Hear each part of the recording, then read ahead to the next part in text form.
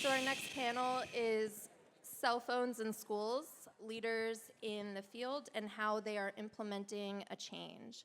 So if we could go through, I'm Caitlin Cordero, by the way, a reporter with Politico, and if we could go through with my very large panel here and have everyone quickly introduce themselves. I'm Jody Monroe, the superintendent of Bethlehem Schools. I'm David Rounds. I'm the president of the Bethlehem Central Teachers Association. I'm Lauren Dudgeon. I'm a senior at Bethlehem Central High School. David Blanchard, Superintendent of Schools for the Schoharie Central School District. I'm Natalie McKay. I'm president of the Schoharie Central School District. I'm Jax Sherer. I'm a senior at Schoharie High School. I'm Michael Mulgrew, president of the United Federation of Teachers. They heard. Good morning. I'm Sharon Rensher, Senior Executive Director for State and Federal Education Policy and Planning for New York City Public Schools, representing our Chancellor. Thank you. Awesome. So, to start off, I would love to talk about, I know several of our districts here have policies on cell phone use in school. So I would love to start off with David, Jody, and Sharon, if we could talk about the policies that you have in place and, what you guys have implemented and how that rollout has been. At Bethlehem, we have a policy where cell phones are not allowed at all. Starting in the morning at the high school, students are required to put their phones in a yonder pouch as they enter the school into the school building, and they cannot access those phones anytime during the day until the school day has completed after the instructional day. The students do carry their phones with them in their backpacks throughout the day, but they don't access them. We had policies before that were a little bit more lenient, where we used the phone pockets that were hung on walls, but that policy ended up being pretty inconsistently enforced. This policy is enforced, and there's really zero tolerance in terms of cell phones being used anytime during the day, whether it's passing, instruction, lunch, whatever it happens to be. So very similar in Schoharie. So starting in 22-23 school year, we noticed students coming back from the pandemic who were really isolated, earbuds in. The cell phones were very prevalent in our classrooms, causing a real profound distraction. So our shared decision-making team at the secondary level really pushed an initiative for us to start to look at an approach, because much like every school district, we had a ban on cell phones in classrooms. We didn't allow cell phones in classrooms, but we also had, for 9 periods a day, 5 days a week, 180 days a school year, teachers wrestling with students over cell phones in classrooms and taking their earbuds out, paying attention.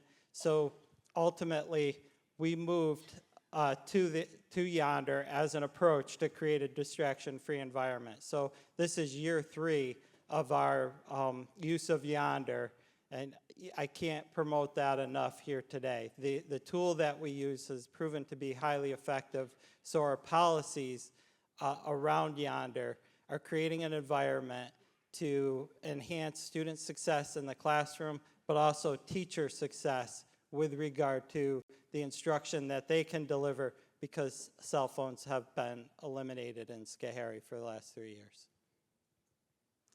In New York City, we actually are taking a slightly different approach as we are really studying the impact of the various ways that our schools are addressing this. We don't have a citywide policy for cell phone ban at this current time, but we have over 350 schools who already have local policies for limiting the use of cell phones during the school day. And this school year, we'll have an additional 500 schools that actually will have those policies in place. But we've asked all of our schools locally, with their school leadership teams, with their school communities, to come up with a solution for reducing or eliminating the use of cell phones during the school day, while we are also working with our Department of Health to really evaluate the policies that schools have had in place and the impact on students, on learning, and students' mental health. We're also working to expand, and thank you to the governor and to the legislators for expanding the access to school-level mental health centers. One of the things that we are prioritizing while, again, the legislative action has been taking place, but also addressing the mental health issues that students are being impacted by both out of school and in school by social media. Thank you. And I wanted to ask you, Jody, I know that this recently Bethlehem has had issues with threats in schools, and I know that's a big concern for a lot of parents of situations like this, of not being able to reach their students and not to be able to communicate with them. So if you could talk to me about, some of the concerns that you heard from parents and how you navigated a very difficult situation while also having a policy like this in place. Sure. The events specifically that I think you're referring to is we did have a lockdown, and it was actually after school hours. So our implementation of Yonder is really just during the school day. So students actually did have access to their devices after school. However, in this particular situation, many students left their backpacks in various areas and didn't have their phones with them. So some of the comments that have been brought up recently regarding if this were to happen during the day from students and parents, I couldn't get in touch with them. However, firsthand experience from what did happen is we saw very quickly information that was not accurate being sent either via text or on social media, which is exactly what was said prior about why law enforcement consistently doesn't want cell phones out during an emergency. So I understand the emotional reaction to something like that when there's stress. However, ultimately, I agree with the law enforcement piece and what others have said, that it creates a safer environment for students to not only pay attention, it keeps things quiet and keeps things a little more orderly in a very stressful situation. So being understanding, I think, of how people are feeling, certainly, but ultimately, I think the no device policy keeps everyone safer in an emergency. And I wanted to bring it over to Michael regarding the UFT's stance on cell phone bans. I know that this week you guys put out a statement regarding being supportive of a citywide ban, but with some conditions. So if you could talk to me about some of the, the conditions that you would like to see and concerns. Thank you. It's working? Okay. So the first thing for us is, I'm taking yours. Thank you, Sharon. See, we always work together. The first thing is, years ago, when New York City was trying to attempt to do cell phone bans, it was strictly a disciplinary issue. We're not there anymore, at all. And as educators, of course, the comment that was made before, when children came back from the pandemic, well, look how much time they spent on these devices during the pandemic. And now we have all of the medical research that says this is a harmful thing to our students. So as educators, it's in all of our DNA to protect our students from harm. And that has to be part of this conversation. I know the governor speaks of it that way, but it's really, if something else was happening overtly in our classrooms where students were being harmed, everyone would say we have to do something about it. But cell phones seem to be skating through this in a whole different way because, as the panel before us said, we're up against a whole industry that's trying to basically manipulate this. But it is absolutely harmful for our students. When we asked the teachers of New York City, 2/3 of them agreed with a cell phone ban. The other third said they had concerns. One, we don't want to be wrestling with our students every day during every period of class about cell phones. So it has to be a school-wide policy that is dealing with it when students enter and when students leave the building. That's a big thing. Next, it can't be an unfunded mandate. It just cannot be an unfunded mandate. We come up here on a yearly basis to fight for money, and one of the things we always get pushed back on us is the education budget. Look at the size of it. It keeps growing. Well, we weren't supposed to be the social safety network for the entire state, but we have become that. So we're doing all of this stuff, all these things extra that we were not supposed to be doing, and people then complain about the budget. If we have to pay for all of these devices to do this, should that, again, we're going to hear about, oh, the education budget's exploding. No, you're asking us to do something else, which is correct, because it's harming children. So there are conditions. You know, cannot impede instructional time. It's sacred. Next, it has to be a funded mandate. And then the other piece here is it has to have real engagement with parents. Because what Jody just said, we've met with law enforcement over and over again, and they're absolutely crystal clear on this. When there's a real emergency, the cell phone actually causes more problems in that emergency. And that's tough, but we have to have that, conversation with parents, must be engaged. And there should be things that are set up. I mean, before cell phones, does anyone remember before cell phones? If there was an emergency, there was a way to contact the school or the school to contact you. Okay? This was done before there was these things called cell phones. So I'm sure people can figure that out. So that's what where the teachers are out at with this piece, because that's with those things being answered, and some other things. We know we have to put in some waivers for specific things. We know we have students have medical apps that monitor them and different things of that nature. But a school district should be able to, a school itself should be able to figure it out. But it really is more about, this is not a discipline issue anymore when we have clear, unambiguous research telling us that this is harming our students. Outside of the school, that's a parent choice, I get that, but for us as educators, I'm sorry, that's what we are here to educate, but we also will always take care of our children and safety. And so we have to start looking at this for what it really is. This is something that is dangerous and harmful.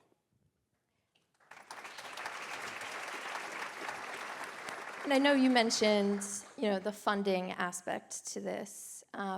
Sharon, if you could talk, I know that, New York City has put a pause on creating a citywide ban, and in the union's statement earlier, I believe this week, they said they would like to see the DOE pay for any measures that, if it was a citywide ban.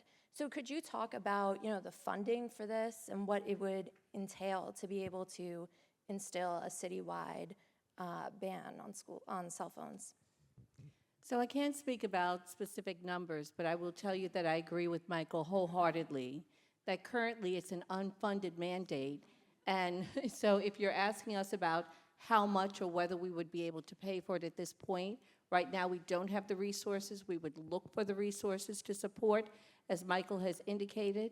I will tell you that you have heard our Chancellor speak about, consistent with what Michael has said, that we've heard from students, from parents, from teachers, from community members, and certainly what the research tells us about the danger of cell phone use and the impact that it's having on our student learning, our student engagement, and our student mental health, clearly. I mean, we've been speaking about this all morning, but if we're speaking about the funding, that was your question specifically, no, we don't have the funding currently, but we would look to the legislators to consider how we receive the funding to support this initiative. And I'd like to bring it to our Bethlehem and Schoharie superintendents to discuss how you guys were able to fund these policies and kind of how you rolled them out. In our planning, we just made it part of our budget process, and that was an addition that our Board of Education supported, and ultimately our community supported with the budget vote. In Schoharie, back when we implemented, there was some grant funding that we initially used, but then we rolled it into our general fund. And as far as I'm concerned, the price we pay for this program is worth, I shouldn't say this with yonder reps in the room, it's worth way more money than you can imagine because of the effectiveness of it. Don't change your pricing structure. But it's been amazing for Schoharie, so it's well worth, there's so much value to this. And I could talk about it all day long if we had all day. And I'd like to bring it to the teachers on the stage to talk about the enforcement aspect of this and what it looks like in the classrooms. For me as a teacher, there's absolutely no enforcement. I have to do it all. The reality is the system that the administration set up and through our support staff, I don't see the phones at all day long. And that's not an exaggeration. From the time they enter my classroom until the time they leave the school building, I have not seen a phone in the hallway or in my classroom in well over a year. And you don't realize the impact the phones have had until you don't have them anymore, because it crept in there slowly. It wasn't like they just showed up one day. It was just a slow creep, and you kind of got used to the new normal, and you didn't realize how abnormal it was until they were gone. And Jody will attest, as the president of the union, I gave her 100 reasons why she shouldn't have done this policy and supported it, and I'm so happy that I was wrong. I was 100% wrong. It wasn't as hard to implement as we thought it was going to be. The enforcement has been outstanding, and the best part of it is the kids have changed in terms of, like, the first day I realized the policy was making difference is when I heard like a ruckus in the hallway. And my natural reaction as a teacher, oh my God, there's a problem in the hallway. So I ran out to the hall, and the ruckus was kids laughing really hard. And that was unusual, and that shouldn't be unusual, but that's exactly what I responded to. That was around October of the first year that the ban went in place, and I started paying attention to it, and I noticed like how much louder the kids were in the hall in the best of ways, and I started to notice how much they were willing to have a conversation with me as a teacher before and after class, because when we had the wall things, they would hold onto their phones until the very last second, and then the bell would ring, and then they'd run to the corner and put them in. But when they don't have them all day long, they're more naturally, they were willing to engage us in conversation. Before the bell, after the bell, they didn't have their heads down looking at us. They were talking to each other. They were laughing. And, you know, I enforce the old policy fairly strictly, but it's really nice not having to say, stop looking at your watch, stop looking at your phone, put your phone away. I've said this 1,000 times this week, get your phones in a corner. I don't have to worry about any of that at all. Natalie. I agree with what Dave said. I don't see phones in my classroom. There's been a couple times where students have brought out phones, but we have such a great system within Schoharie that it's a simple, our school policy, you're going to the office with your phone, I call the office, the phone gets dropped off. That's the end of it. It's not a big deal. There's no drama, which is very, very nice. I have gained instructional minutes back in my classroom. We have 40-minute classes. I've gained 10% of that back. That's huge. I don't have to be the phone police. I don't have to say, put it away. Now's the time. The first noticing that I had was very similar to Dave's, where I went into the cafeteria and kids weren't on their phones. They were talking to one another. And it was wonderful to see. We actually implemented within our district a foosball table and some other things so that kids could interact again, and that really did help them. Then it crept into my classroom where my kids started talking to one another. They started talking over me, and that was new because I wasn't used to that, right? I was like, whoa, this is happening. But they definitely have engaged with one another socially. And more importantly, I think they've learned what technology, at least during the academic day. I can't say what happens at home, this isn't a panacea for everything. But during the academic day, what I've noticed is they're beginning to learn what technology helps them and what technology hinders them. Our kids in our school know that, okay, it's okay to be on my laptop. I get that. I can access those apps and those things, and that's gonna really help me. But not having my phone really helps me not be cyberbullied in the hallway. It really helps me kind of regulate a little bit when I'm going to text somebody, because it's a lot, let's all be honest, right? It's a lot easier to text somebody and have those texting muscles than it is to say it to somebody's face. So we have seen that in terms of our discipline, and I've seen it as a teacher within the classroom.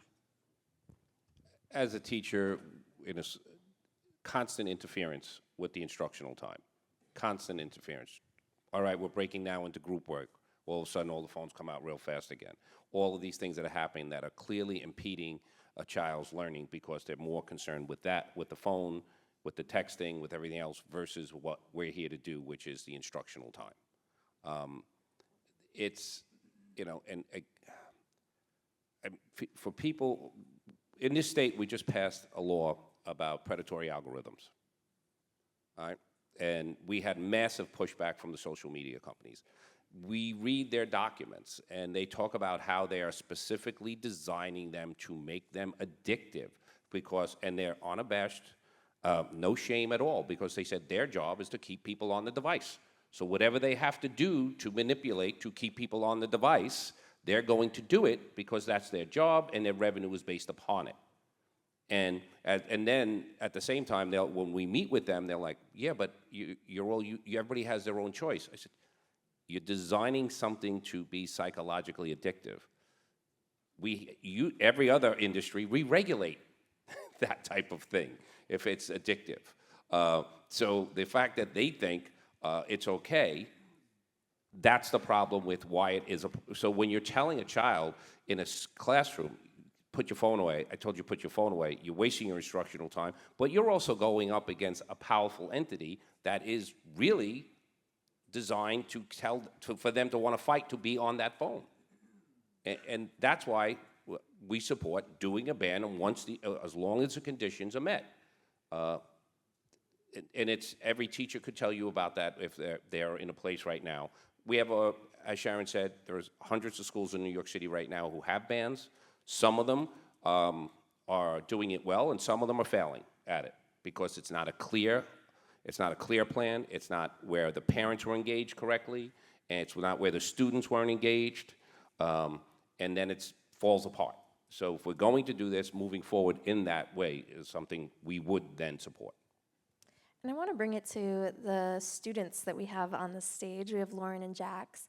And I know we're talking a lot about the impact that this has on students and on children. So I want to hear your thoughts about, you know, the change that you guys saw when you had these policies put in place at your schools. Yeah, so the past 3 years at high school, the first year I was there, we didn't really have any policy. And then my sophomore year, we had the phone sleeves, and those weren't really well enforced, but there was still kind of a little transition between the two. And then my junior year was when we started with the Yonder pouches, and all my sophomore year with the conversation, everybody was against it. All of the students were against it. Nobody wanted them. We were also we did not want our phones locked up. We did not want them taken away from us, but I think as soon as that hard transition period, within like the first 2 months, there was such a difference. I really made more connections with my classmates. I started saying hi to people in the hallways. I didn't have earbuds in when I was walking in the hallways. I wasn't texting people throughout the day. I was just making conversation with my classmates. I made more bonds. I definitely think there's been such a huge change to it and a really positive effect. So for me, in between my sophomore and junior year, I moved to Schoharie, and I had come from a school where there was virtually unrestricted access to phones. Kids were literally door dashing Taco Bell to their calculus class. So when I was researching the school at Schoharie, because I knew that's where I was going to move, I read about this Yonder policy, this like no phones at all school day, and I was upset. I was like, I want my phone. I like having my phone. I want to be able to talk to my friends that I'm going to be missing. And I didn't like it at first. And then practically the very first day, my views changed because I went there and I realized all the benefits of not having my phone, because the phone is such a social barrier. I would hide behind my phone. I would pretend to be on my phone to avoid scary social interactions. But once that phone is removed, kids talk to each other. I put myself out there to make friends. Kids talk to me, and I made friends and felt included in a new in-school environment so much faster than I would have if I had had my phone. Awesome.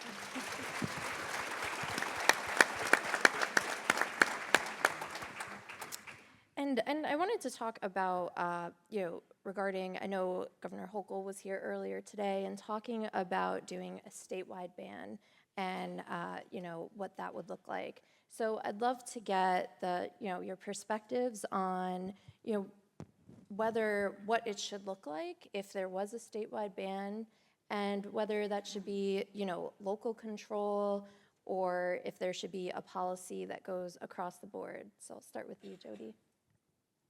Not sure I want to be the first to answer that. I obviously, I think that no devices in school has been very positive for Bethlehem. So I think that we did, as you heard, we tried the sleeves. It was not all that successful. So having them have no devices during the school day, I think, is very important. It's a huge difference for kids in this whole social environment. With that said, I understand that every school community might be different, and I think that there has to be some flexibility for schools to make some of those decisions on their own and what will work for them. There is a funding aspect to that. We were very fortunate in Bethlehem that our Board of Education was 100% supportive of it. Our community, I wouldn't say that we're 100% supportive of it, but they were relatively supportive of it in supporting that through the budget process. That may not be true in every community, so I think there needs to be some flexibility in that. And David? So this is tough for me because I believe in local control in our school systems and how important it is to control things at a local level, because we know and understand our school districts best. That said, we all know that cell phones in class doesn't work. We all know there's a tool that we can use to get it to stop. And I have it right behind me. It's right here. We've seen it effective. Bethlehem visited Schoharie. They saw a changed environment, and they implemented the approach. I've been advocating for an approach like this for 3 years. I've talked to multiple school boards. Just 2 weeks ago, I was in Schenectady. I did a public forum for Waterville in the Utica area. I've spoken to multiple school boards, but I only see about a third of the schools that have come to visit Schoharie since we've implemented actually go to an approach that's effective. And that said, we all know what the approach could be. It's just really hard because you're fighting social norms, you're fighting parents, and you're fighting a lack of understanding. What I want people to understand is the amount of thank yous that I've gotten in the last 3 years because we've gone to this approach. So parents, once we implemented, we're thankful for this. Our teachers, profoundly thankful for this. And if you think going back 3 years ago when we implemented Yonder, that was brave. It was scary. But we said as a school board, as a school administration, and our school district, our teachers said this is a hill to die on. We saw it in Massachusetts. We visited a school that just implemented. We came back. The transformation there was unbelievable. And we've been trying to sell this approach ever since because it's good for kids, it's good for parents, and it has an effect outside of the school. So this isn't just teaching kids to stay off their phones in school. So our distraction-free environment approach in Schoharie has taught kids to be more distraction-free when they have their phones. They're learning skills that they need in life, and it's profoundly important that we move forward with such initiatives. And I'd like to pass it to you, Sharon. I know New York City is, a huge, huge district.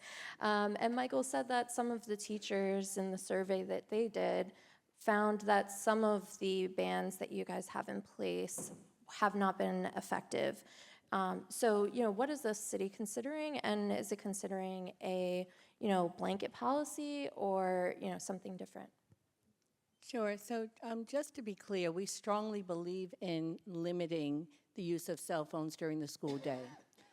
We have paused on a citywide ban while we are engaging in an evaluation of best practice, right? As Michael said, in some of our schools, they're implementing it very, very well and have been doing so for the last couple of years. we anticipate, and we've asked all of our schools to work with their school communities, and I think key is buy-in, right? As our students have indicated, if our students are experiencing, if first and foremost, if they're part of the conversation, if our students, our parents, and our school leaders, our teachers are all engaged in the conversation, they're understanding, as we all understand, the impact, the negative impact of cell phone use in schools. And if they're making decisions as a school community that are really making decisions about the how, right? What is the best way in this school to implement the policy? I think we will get there as a system to a citywide policy that is in support of limiting cell phone policy, but a cell phone use in schools. But again, we're taking the pause so that we can understand where it's working best, where we can learn from where it's working and where it's not working.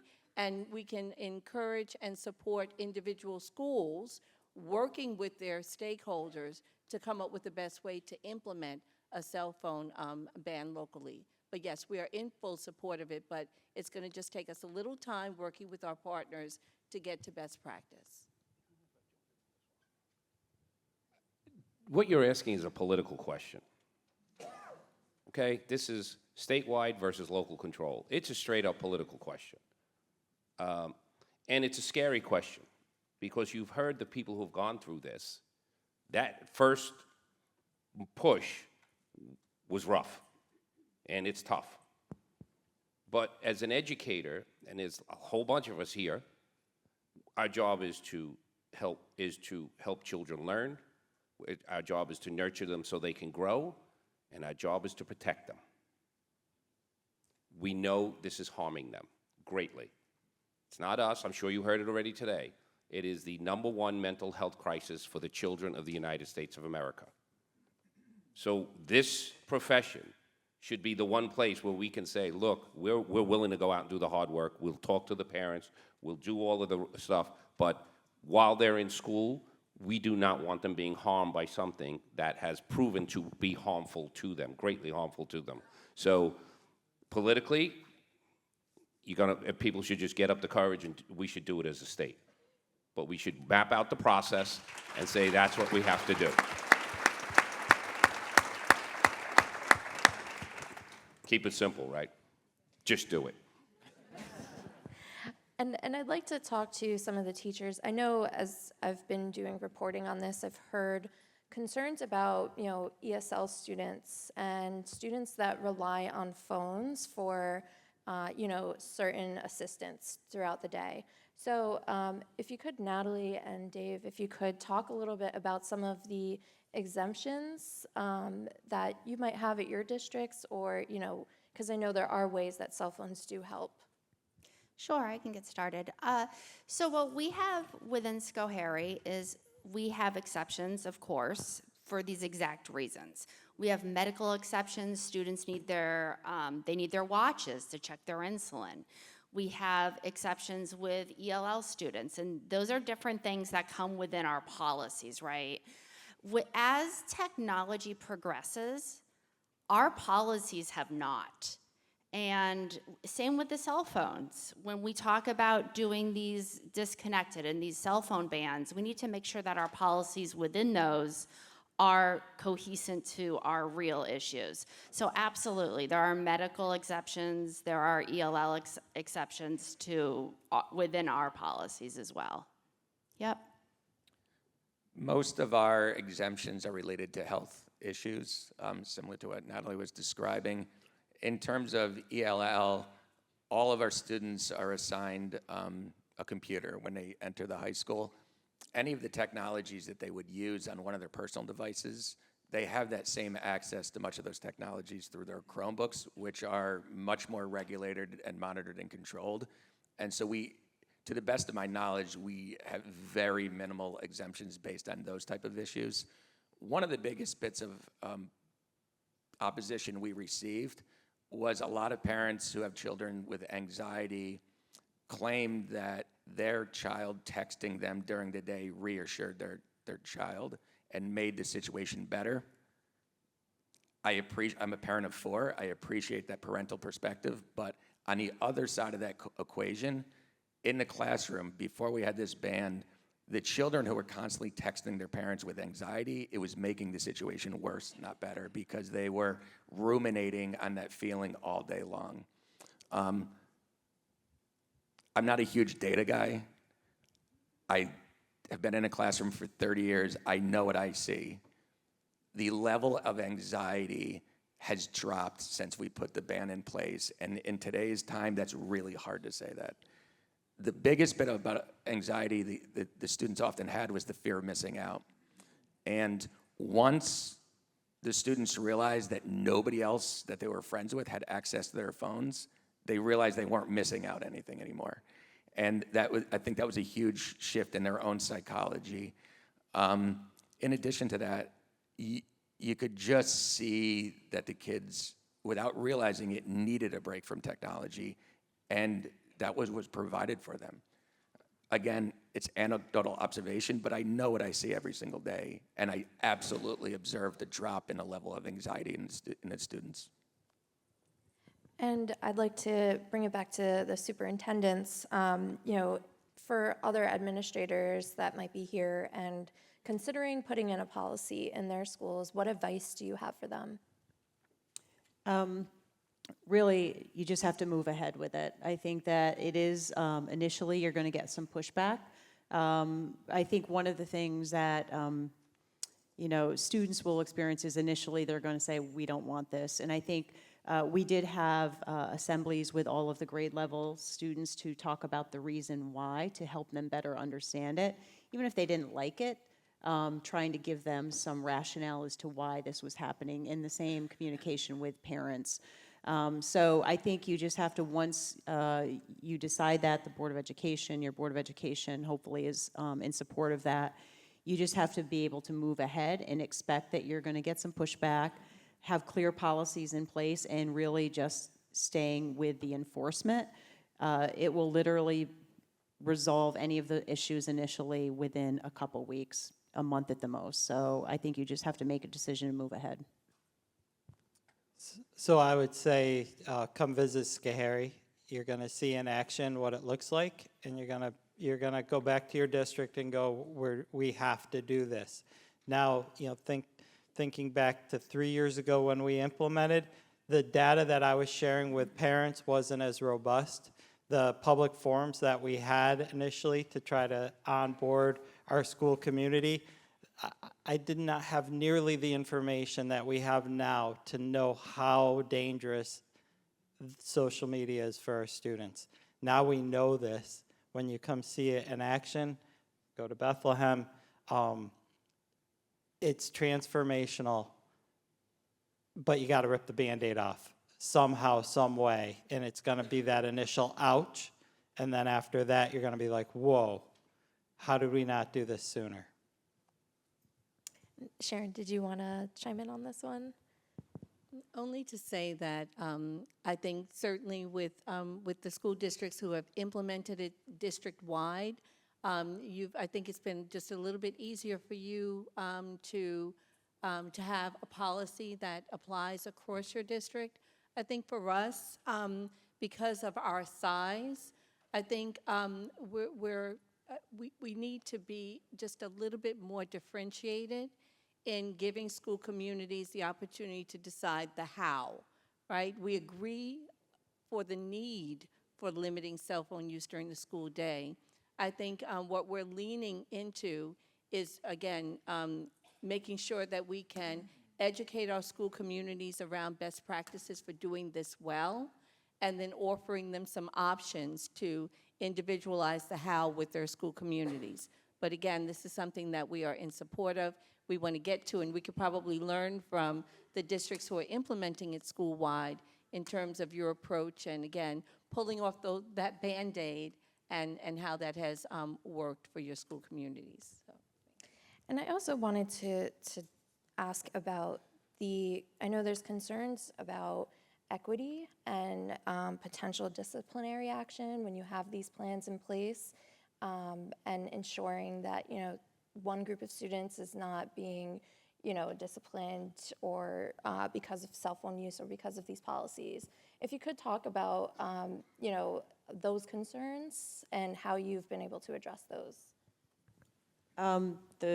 Basically, the practice we put in place to, initially in regards to enforcement, and still have it in place, although this year it's been very minimal, when we implemented the policy, essentially, if any student was taking their phones out or devices out during the day, the consequence was essentially a conversation with them, a phone call home to the parents, and then for the next month, they had to drop all their devices off in the main office every morning for 30 days. So that was a deterrent, we hope. We didn't use a suspension for those students, and I think that worked really well. It was more about educating them as to why this is important, and again, this year is our second year, so we really have not had many issues with that. If I got to add a comment about the discipline, as another reason to implement a ban, don't quote me on an exact number, but at a faculty meeting at the end of last school year, I believe one of our assistant principals said that the number of referrals written had dropped by something like 60%. And that was because the majority of the referrals were related to cell phone-based issues. Because they weren't constantly chasing cell phone issues down last year, our assistant principals had 500 attendance meetings last year with students who had chronic attendance problems. They were able to meet with students and their families. They would have never had the opportunity to do that in the past if they were constantly dealing with the cell phone problems. In my mind, that you can't promote equity more than having those face-to-face conversations about attendance and being in school so that the kids can receive the services that we provide for them. Since we implemented a distraction-free school environment, we've seen our discipline referrals go down every single year drastically. The one thing I would say is we do implement a 3:30 to 5:30 after-school detention, which is one of your consequences. Perhaps that's maybe your third referral in. But when everybody gets their phones back, if you're in a 3:30 to 5:30 detention, you don't have your phones at the time when everybody else has their phones. Natalie referenced what we did with our approach. So we took an approach where we were going to make school fun and engaging, more child-centered. So she referenced a foosball, air hockey table. We did some pinball games in our cafeteria. We implemented a lot of clubs. We enhanced our secondary intramural program, so intramural athletics at the junior, senior high level, and outdoor adventure club, gaming clubs. Lots of opportunities for kids to engage with each other beyond having to be on their cell phones. But that 3:30 to 5:30 consequence, you can't have your phone and everybody else then does have their phone, is probably one of the best deterrents. And, yeah. My conversation with parents is clear. I love the first group here who said, we're just taking the phones away for 30 days. No one's looking to suspend children. That's not what we're trying to do here. And we have to be clear with parents on that. The idea of, I'm listening to Sharon talking about it, and I'm thinking about in New York City, when we get there, when we're going to implement it, and I just think about all the craziness that's going to go on around it. When we were lobbying last year for the predatory algorithm bill, we couldn't believe all of a sudden these groups who were we know what was look, this politics, folks. There was outside money coming into our state funding to try to stop this law. Okay, politics is find something, doesn't matter, create a wedge between the parents and the school system, whatever they need to do. It's going to be fun when we go to do this in New York City. But we have to be clear with parents. This is not about us. We want to stop your child from being harmed during the school day. That's what we're trying to do here. But it's going to be interesting, though. That's what I mean about being very clear. And I appreciate your comments about when you did this 3 years ago versus the research we now have at our fingertips, which is something every parent should be seeing when school districts are doing it. Because if they see it, course, myself and Melinda, what we read and what the Attorney General first did when she started crafting this law, they were overwhelmed about how harmful and how strong the research was, that this is a massive problem and we have to stop it, and we're going to have to go to war with an industry. So if parents really, if we do this process, there's going to be problems no matter what, but it's really about, we are not here to suspend children. We are here to try to help children through this policy. Did you have anything you wanted to add, Sharon, or? No, Michael said it very well. Thank you. Perfectly. And I would love to end on the students, actually. If you guys could just talk about, how this has impacted each of you personally, having these bans. And, you have a room full of educators and policymakers here. What do you say to them as they're considering, bringing these around the state? So I would say actually, all the teachers up here have mentioned how they were in constant competition with phones in a classroom, and I don't have to reiterate how frustrating that was for them and how getting those instructional minutes back is important. But also for students, we got learning minutes back. Even for me as a student in a school that had phones, it was distracting for me also. Classes were less streamlined and less focused, and I felt like I lost time in classrooms when teachers were constantly telling students to put away their phones. So when that's not there, it doesn't only help teachers, it helps students to focus. And also, I would say that I'm glad that there are students here to hear about how we're talking about protecting students from cell phones. But when I talk to kids at my school, a lot of them complain about phone policies because they see it as collective punishment. They go, collective punishment is unfair. Someone said to me, like, collective punishment is illegal under the Geneva Convention. And I was like, oh, okay. And I think it's important to reframe to those students that these phone policies are not punishment. We're not punishing students for falling prey to predatory algorithms or being addicted to devices that are meant to be addicting. That's not the student's fault, it's the phones. This is not collective punishment, but it's collective protection. This is protecting students from cell phones.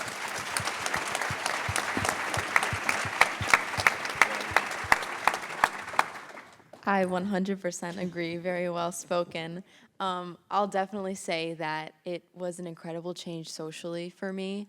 I think that I'm not afraid to go and have conversations with my teachers anymore. I made bonds with my librarian. I talked to, I'm close with the supervisor of the math department. Like, I made a lot of connections because I'm not hiding behind a screen, and a lot of people were afraid of it at first because we're so addicted to these things, but it's giving us a break. I am not attached to this thing 24 hours a day. I have that 6 to 8 hour break that I just don't have my phone with me. I'm not thinking about it. I don't miss it. And I'm really I'm focused on learning, and I'm focused on my friends at school that I can just talk to with no phones in between us.